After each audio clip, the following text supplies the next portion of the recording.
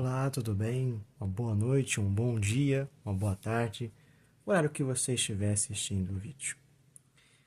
O vídeo de hoje é a respeito da Semana de Oração pela Unidade Cristã. Muitos de vocês podem nem saber o que se trata disso. A intenção do vídeo é justamente contar o que é a Semana de Oração pela Unidade Cristã e questionar, fazer uma pergunta. Isto é realmente importante? Isso é realmente necessário? Por que isso é importante para a igreja e é importante para a cristandade como um todo? Então, vamos começar. A Ano de Oração pela Unidade Cristã foi criada para reunir diversas igrejas cristãs aqui no Brasil, mas também, se não me engano, no mundo. Se não me engano, também ela não é apenas brasileira. Não sei. Estou tentando me recordar. Mas, enfim, ela surgiu, né, então, como eu disse, para recordar essa questão da unidade cristã, né? E ela reúne diferentes igrejas. A Igreja Católica Apostólica Romana, a Igreja Evangélica de Confissão Luterana no Brasil, Igreja Presbiteriana Unida do Brasil, Igreja Presbiteriana Independente do Brasil, Igreja Episcopal Anglicana do Brasil, entre outras igrejas que participam. Algumas denominações participam de maneira oficial, como são essas que eu citei, outras participam de maneira extraoficial, né?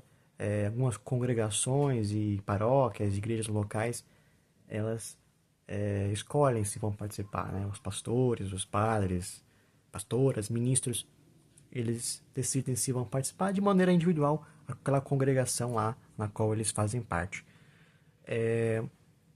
Mas a denominação deles pode acabar não participando de forma oficial. Agora, essas igrejas que eu citei, né? Igreja Católica Apostólica Romana, Igreja Luterana, Igreja Anglicana, Presbiteriana, elas participam sim oficialmente. Então, é uma questão não de participação individual do pastor ou do ministro e daquela congregação, mas sim da denominação inteira que participa. E a pergunta é como que funciona e por que ela é útil, se ela é válida, né? E vamos ler também um versículo de Efésios a respeito disso. Então, a Semana de Oração Cristã, acabei de pesquisar aqui, não sabia disso, pensei que era brasileira, mas não. No Hemisfério Norte, ela surgiu em 1908.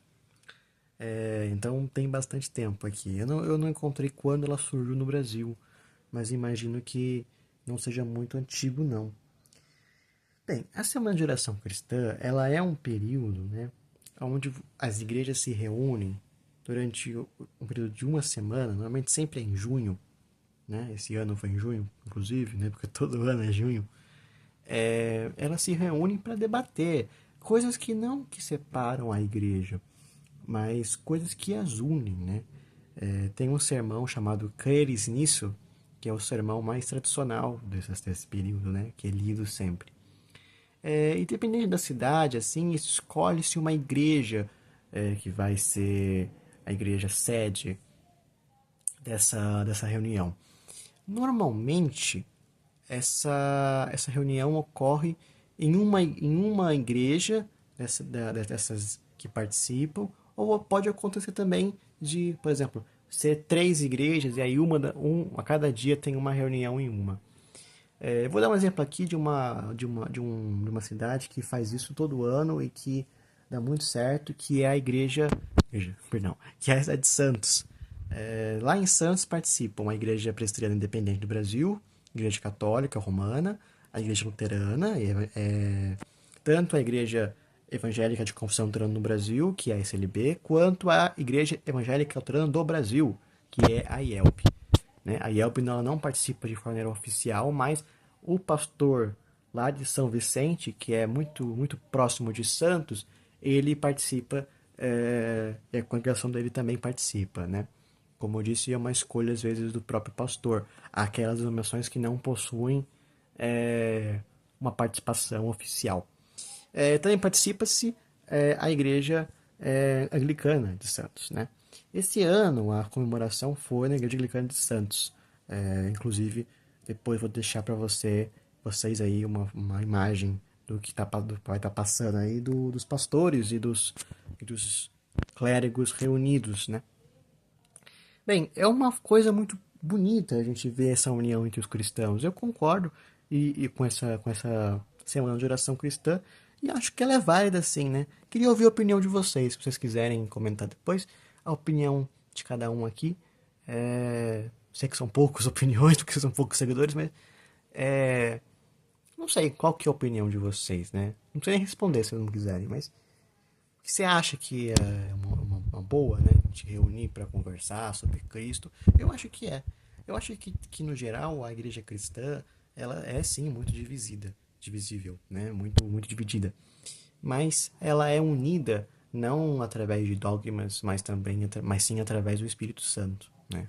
Através do Espírito de Cristo. E para encerrar, eu queria justamente ler um versículo que fala sobre isso, que é o versículo de Efésios, Efésios 4. Diz mais ou menos o seguinte. Aqui, né, o versículo de Efésios, Efésios 4, capítulo 4, versículos de 3 a 7. Façam todo o esforço para conservar a unidade do Espírito Santo pelo vínculo da paz. Há um só corpo e um só Espírito, assim como a esperança pela qual vocês foram chamados. É uma só. Há só um Senhor, uma só fé, um só batismo. Um só Deus e Pai de todos, que é sobre todos, por meio de todos e em todos. E em cada um de nós foi concedida graça, conforme a medida repartida, por Cristo. Perdão aqui pela minha leitura um pouco ruim, mas é isso. É o Efésios, capítulo 4, versículos de 3 a 7.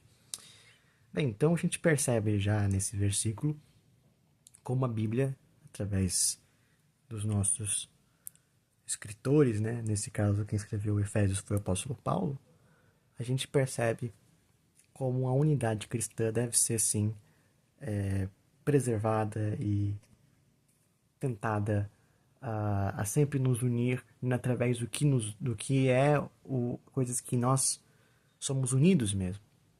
Não dogmas ou doutrinas, isso separa a gente, mas coisas o mais importante, né? Que é Deus, que é Jesus, que é o Espírito Santo. E o batismo, né? Que é um só para todo mundo. Então é isso, gente. Que Deus abençoe cada um de vocês. E até a próxima. Obrigado.